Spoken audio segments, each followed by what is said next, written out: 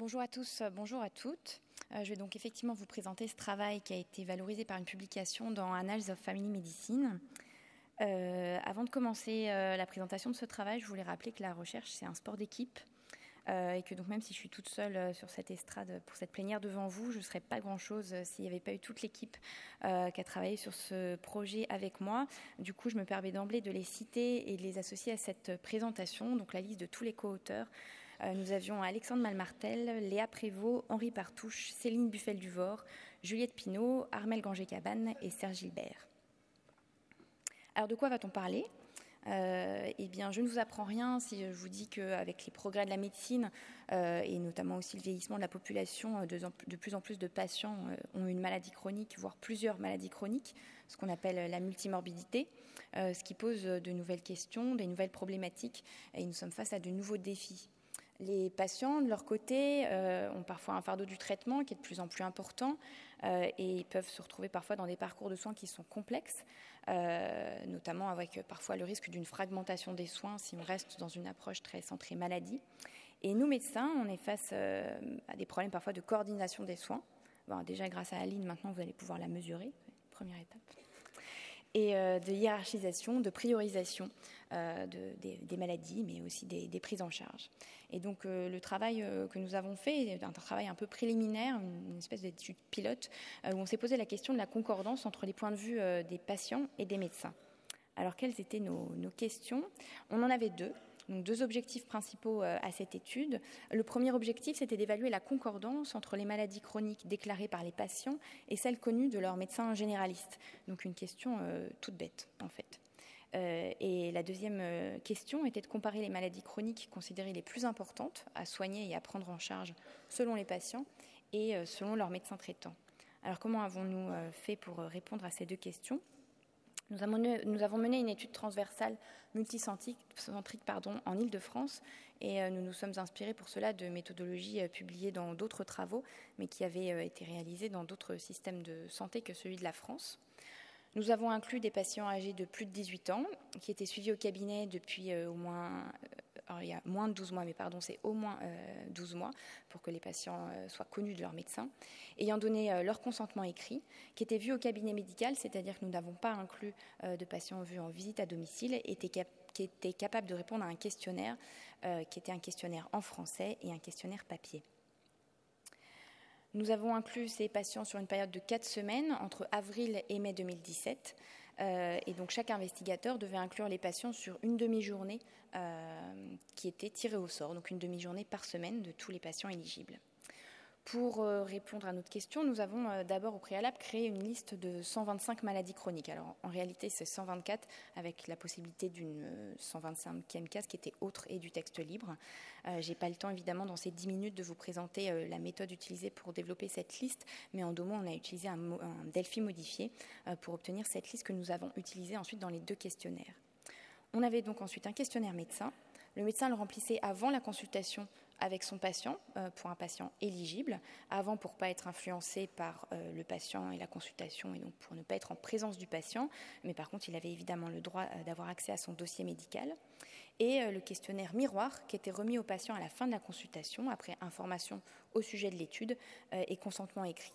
Le patient pouvait remplir en salle d'attente, mais sans présence du médecin, le questionnaire, ou chez lui, et il y avait une enveloppe retour qui pouvait être donc retournée par courrier. Et donc, que contenaient les questionnaires avant de passer aux résultats ? Il y avait 2 parties correspondant à nos 2 objectifs. La première partie était une définition de ce que c'est une maladie chronique et un problème de santé que nous avions défini comme donc un problème de santé qui nécessite un traitement ou une surveillance régulière depuis au moins 6 mois. Exactement la même définition dans les 2 questionnaires.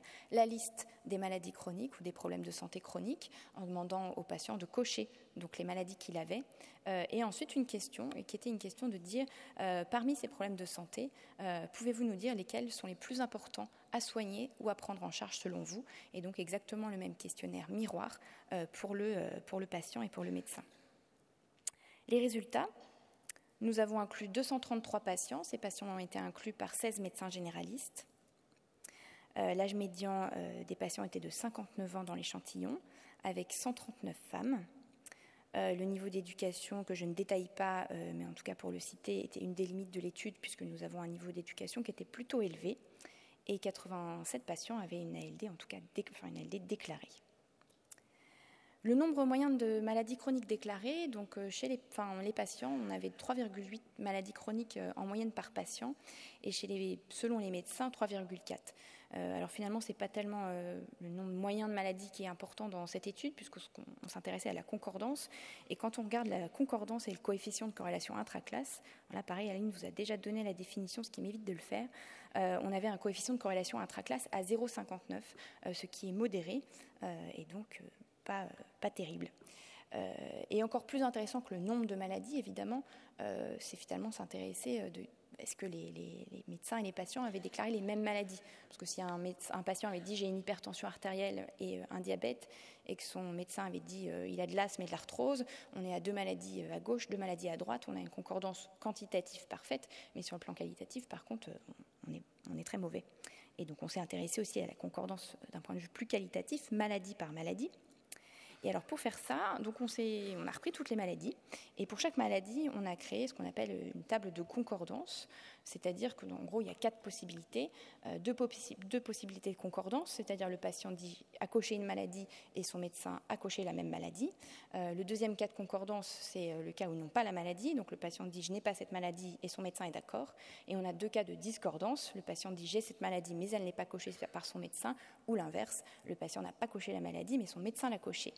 À partir de cette table de concordance, nous sommes capables de calculer un coefficient de concordance qui est le coefficient Kappa-Cohen, donc qui lui aussi va jusqu'à 1 en concordance parfaite et 0 une très mauvaise concordance.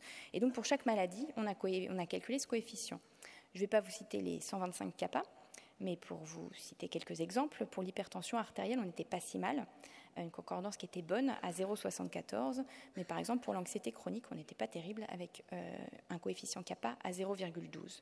Sans vous détailler tous les résultats, ce qu'il faut retenir, c'est qu'on avait une grande hétérogénéité en fonction des maladies, avec des maladies où il y avait une plus grande concordance, qui était le diabète, l'hypothyroïdie, l'hypertension artérielle, et des maladies avec une moins bonne concordance, comme l'anxiété chronique ou l'eczéma, par exemple. Et deuxième question, donc deuxième partie des résultats, la liste des priorités, donc des problèmes de santé les plus importants à prendre en charge et à soigner selon les patients et leurs médecins.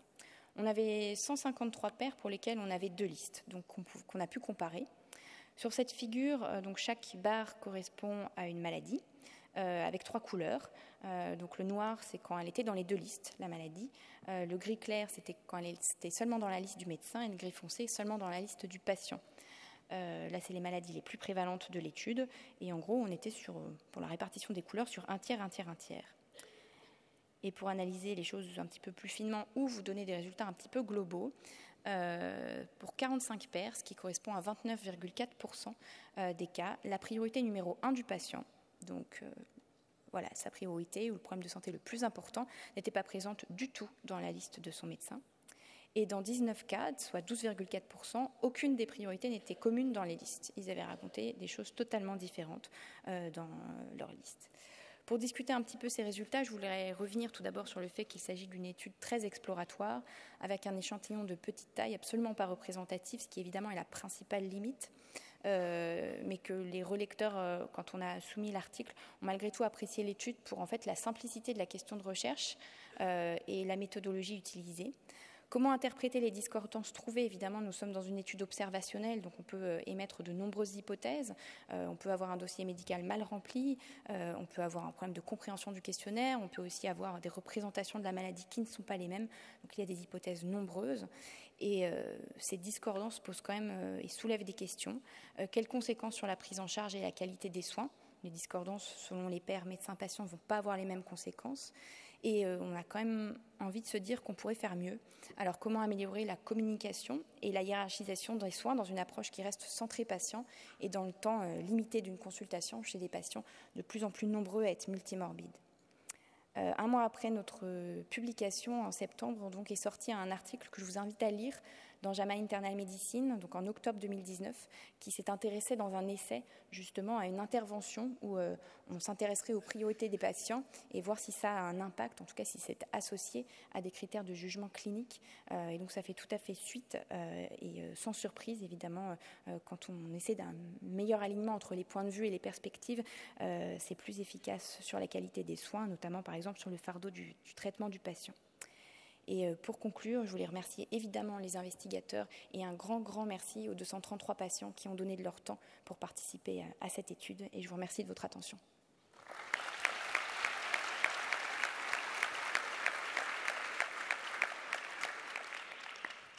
Du coup, bonjour et merci pour ce travail qui est passionnant. Merci. J'ai pas eu le temps de bien regarder les chiffres, donc c'était peut-être écrit et j'ai mal lu, mais dans les cas de forte discordance entre la déclaration par le médecin et par le patient d'une pathologie, entre autres, tu citais l'exemple de l'eczéma et de l'anxiété, qui c'est qui sous-déclare? C'est le médecin qui déclare pas souvent alors que le patient déclare souvent, ou l'inverse, ou ça dépendait des pathologies, pour savoir si c'est nous qui sous-évaluons ou oui. Si c'est... Alors évidemment, merci pour cette excellente question. Dans le cas de 125 maladies chroniques, ça dépendait évidemment de la maladie. Donc là, on a la table de concordance pour l'anxiété chronique, on voit 25-24, donc en fait c'était partagé entre les deux cas de discordance. Ça dépendait des maladies, on a toujours envie de trouver des explications quand on fait une étude observationnelle, mais ce n'est pas tout à fait recommandé. Mais par exemple, on avait 6 patients qui dans l'étude avaient coché la case DMLA, et aucun des médecins n'avait coché la case. Alors ça pose question, parce que la DMLA, quand on connaît l'impact que ça peut avoir dans la vie des patients, c'est quand même assez fou que les médecins ne soient pas forcément au courant ou ne l'aient pas coché. Après, on peut se dire qu'aussi c'est un cas de fragmentation éventuelle des soins, avec des patients qui vont directement voir l'ophtalmologiste et pas nous, médecins généralistes. Donc voilà, la réponse à la question, c'est ça dépend. Ça dépend des maladies, avec probablement autant d'explications que de maladies. Mais merci pour la question qui était intéressante. Bonjour, François Garnier, Angers. Ça m'a beaucoup intéressé parce que c'est très très nouveau. Je ne suis pas surpris par les résultats et je voulais faire une hypothèse sans doute assez stupide, comme d'habitude, c'est-à-dire qu'il y a des maladies qui sont nobles et qu'on porte comme un étendard et qu'on déclare facilement, qu'on soit du côté médecin ou du côté patient. Puis il y en a d'autres qu'on n'a pas du tout envie de déclarer, quoi. Et donc, je ne suis pas sûr qu'on arrive énormément à améliorer les choses sans des aides externes de type anthropologue de la maladie ou des choses comme ça. Je ne sais pas, qu'est-ce que vous en pensez ? Je suis tout à fait d'accord. Alors, on a tenté de s'affranchir du biais de déclaration ou du biais de désirabilité sociale dans cette étude avec des questionnaires papier que les patients pouvaient répondre. Donc, évidemment, tout était totalement anonyme. Donc, les patients pouvaient repartir avec leur questionnaire à la maison. Le médecin n'était pas là. On leur signifiait bien qu'ils n'avaient pas accès aux réponses du patient. Ça, c'est pour le côté un petit peu méthodologique, mais néanmoins, on ne peut jamais tout à fait s'en affranchir. Après, ce qui, pour compléter ou donner un autre angle, mais qui va un peu dans votre sens, il y a aussi, quand on regardait un petit peu les discordances, on avait envie de voir, et notamment dans les priorités, des médecins qui étaient très centrés sur le pronostic, par exemple, qui allaient montrer que la priorité, elle était dans la BPCO, quand les patients nous donnaient beaucoup des maladies symptomatiques, comme l'arthrose, ou même dans la liste, quand ils écrivaient en texte libre, nous donnaient carrément même des symptômes, c'est-à-dire problèmes de sommeil. Et en effet, la représentation et l'impact des maladies a un impact sur les résultats. Philippe Jory, Paris Descartes. Je ne vais pas te poser de questions sur les clusters, ni sur la littératie, mais par contre, tu as parlé d'une étude de faisabilité, enfin une étude exploratoire. Et c'est quoi la suite ? Merci Philippe de mettre la lumière sur la suite de ces travaux. Oui, il s'agissait d'une étude exploratoire qu'on ne pensait pas publier dans ce journal, à vrai dire, on l'a soumis sans trop y croire, mais c'est passé. Et en fait, ça nous a permis aussi de tester la méthodologie, qui était assez inhabituel. Enfin, nous, on n'avait jamais fait ça, mais un petit peu original. Donc déjà, on a testé la méthodologie. On a aussi testé et validé la liste des 124 plus du coup la case libre maladie chronique qu'on va pouvoir réutiliser. Et donc, l'équipe du département de médecine générale Paris-Descartes continue autour de la multimorbidité. Une nouvelle étude va démarrer en 2020 qui réutilisera les résultats de cette étude pilote et notamment la liste chez des patients cette fois-ci strictement multimorbides, et on regardera un petit peu justement des questions autour de la coordination des soins. Benoît Cambon de Clermont-Ferrand, à droite. Merci pour votre belle présentation qui est très claire. Donc finalement, on est à la fois un petit peu inquiet parce qu'on ne déclare pas les mêmes maladies que nos patients. Et en même temps, je me dis, est-ce que c'est si embêtant que ça ? Notamment quand on prend par exemple l'arthrose. Effectivement, probablement des médecins n'ont pas déclaré l'arthrose et certains patients l'ont déclaré. Pour autant, est-ce que même si ce n'est pas écrit dans le dossier médical, lorsqu'ils se plaignent de douleurs lombaires, cervicales, etc., on ne va pas les traiter pour autant? Donc du coup, comment on fait avec ça, quoi? Merci pour cette question, qui est une très bonne question. On a souligné ça dans la discussion du papier publié, c'est-à-dire qu'en effet, ce n'est pas parce qu'il y a discordance que c'est associé à une mauvaise prise en charge. On peut être discordant et puis malgré tout bien prendre en charge le patient, notamment sur cet exemple que vous donnez qui est très bon.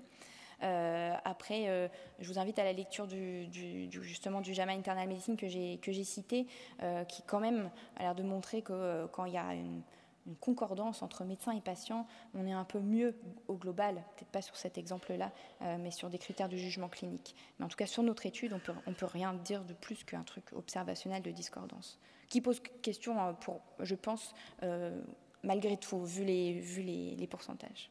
Oui, bonjour Christophe Bercout, Lille Dunkerque.